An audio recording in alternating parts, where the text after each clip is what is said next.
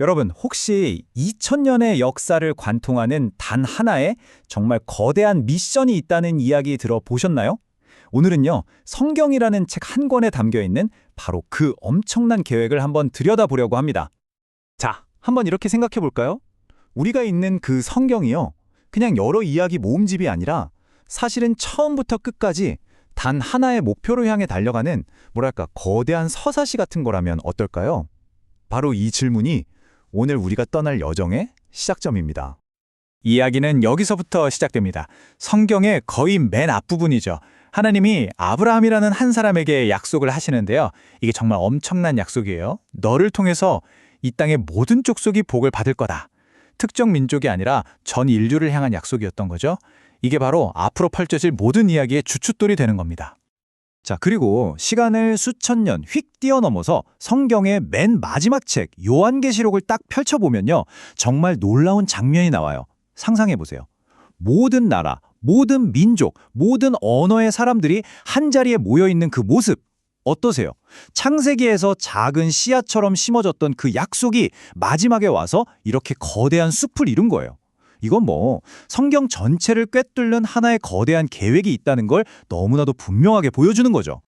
자, 그럼 이제 이 거대한 사명이라는 렌즈를 딱 끼고 역사를 한번 다시 들여다볼까요?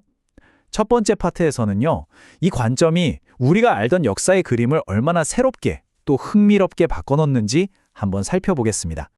이 관점을 제대로 이해하려면요, 핵심 키워드가 하나 있습니다. 바로 선교학적 안목인데요. 피어슨 박사가 이야기한 개념인데 비유하자면 역사를 보는 특수한 안경 같은 거예요. 이 안경을 딱 쓰면요, 뭐 왕들의 전쟁이나 제국의 흥망성쇠 같은 그런 사건들 너머에 있는 더 큰 그림이 보이기 시작하는 거죠. 바로 모든 민족을 향한 하나님의 그 거대한 계획이라는 큰 흐름 말이에요. 자, 그럼 다 같이 이 안경을 쓰고 한번 역사를 들여다보겠습니다. 자, 두 번째 파트입니다. 여기서부터 이야기가 정말 재밌어져요. 왜냐하면 이 거대한 사명을 이끌어가는 주인공들이요, 우리가 생각하는 그런 왕이나 장군, 그런 사람들이 아니거든요. 정말 전혀 예상치 못한 인물들이라는 겁니다. 그 첫 번째 인물이 바로 사마리아 여인입니다. 여러분 아시다시피 당시 유대인들은 사마리아 사람들을 정말 상종도 안 했잖아요. 문화적으로도 소외된 거죠. 근데 이 여인은 개인적으로도 삶이 너무 힘들었어요. 6명의 남자를 거치면서 마을에서도 외톨이 신세였거든요. 그런데 놀랍게도 바로 이 여인이 예수님의 메시지를 자기 마을에 전하는 첫 번째 선교사가 됩니다. 정말 대단하지 않나요? 그리고 이런 패턴은요, 역사 속에서 정말 계속해서 반복됩니다. 피터 와일도라는 사람을 한번 볼까요? 이분은 신학자도 아니고 무슨 교육을 많이 받은 성직자도 아니었어요. 그냥 평범한 상인이었죠. 근데 그가 성경을 보통 사람들, 평민들의 언어로 번역해서 전파하기 시작하면서 유럽 전체를 뒤흔드는 개혁의 불씨를 당기게 됩니다. 그러니까 부흥이라는 게 꼭 성직자들의 전유물은 아니었다는 거죠. 아시시의 프란치스코도 빼놓을 수 없죠. 정말 부유한 상인의 아들로 태어나서 세상 모든 걸 누릴 수 있었던 사람이잖아요. 근데 그는 그 모든 걸 버리고 가장 가난한 사람들 속으로 들어갑니다. 그리고 바로 그 헌신이 당시 부패했던 교회를 뿌리부터 뒤흔드는 개혁의 중심이 된 거예요. 보세요. 역사는 계속해서 우리에게 똑같은 이야기를 하고 있는 겁니다. 하나님은 세상의 중심, 엘리트가 아니라 정말 예상치 못한 사람들을 통해서 변화를 만들어내신다는 걸요. 바로 이 문장이 지금까지 이야기한 모든 사례의 핵심을 딱 짚어주는 것 같아요. 역사는 우리에게 가르칩니다. 하나님은 모든 종류의 사람들을 통해 일하신다는 것을.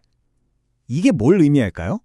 우리가 흔히 생각하는 자격이나 스펙 같은 것들, 그런 신학적인 엘리트주의를 완전히 깨부수는 메시지인 거죠. 자, 그렇다면 이렇게 예상치 못했던 인물들이 그 사명을 이어갔다고 했는데, 그럼 그들은 과연 어떤 방식으로 그 일을 했을까요?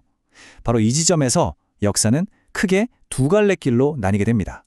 하나는 설득의 길, 즉 말씀의 길이고요. 다른 하나는 강압의 길, 바로 칼의 길입니다. 이 둘의 차이가 정말 극명해요. 이 표를 보시면 그 차이가 한눈에 들어오죠.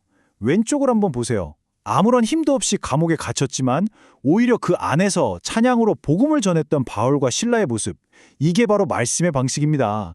힘없어 보이지만 진정성이 있죠. 반면에 오른쪽은요, 정복과 강제 개종으로 피로 얼룩진 십자군 전쟁입니다. 이게 바로 칼의 방식이죠.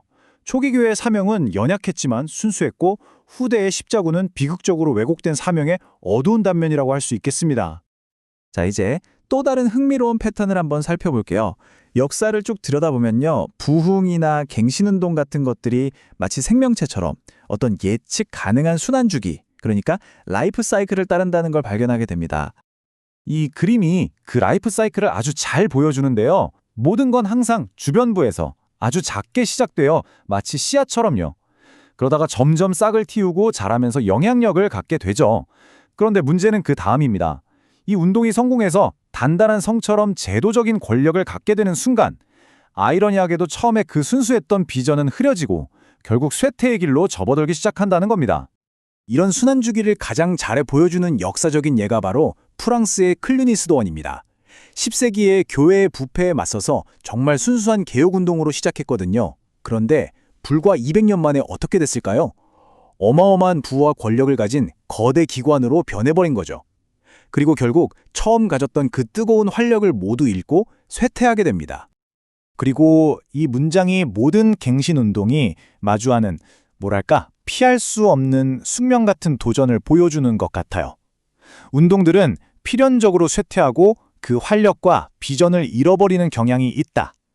이 슬프지만 중요한 순환의 고리를 우리가 이해해야 하는 이유가 바로 여기에 있습니다. 자, 그럼 지금까지 살펴본 이 모든 역사적인 패턴들을 하나로 묶어서요. 우리가 여기서 뭘 배울 수 있는지 그 핵심 교훈들을 한번 정리해 보겠습니다. 핵심은 딱 이 4가지로 요약할 수 있을 것 같아요. 첫째, 역사에는 그냥 흘러가는 게 아니라 분명한 목적이 있다는 것. 바로 모든 민족을 향한 사명이죠. 둘째, 진짜 놀라운 변화는 언제나 중심부가 아니라 변두리의 예상치 못한 인물들로부터 시작된다는 사실, 정말 중요하죠.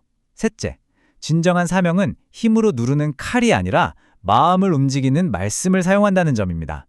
그리고 마지막으로 모든 운동은 결국 성장과 쇠퇴라는 순환주기를 따른다는 것, 이걸 기억해야 한다는 겁니다. 자, 오늘 이야기를 마무리하면서 마지막으로 이 질문 하나를 여러분께 던져보고 싶습니다. 역사가 우리에게 계속해서 보여주듯이 진정한 갱신, 진짜 변화는 항상 중심이 아니라 주변부에서 시작된다면, 그렇다면 오늘날 우리는 그 희망의 불씨를, 그 새로운 시작을 과연 어디에서 찾아야 할까요? 이 질문에 대해 한번 깊이 생각해 보시는 시간이 되셨으면 좋겠습니다.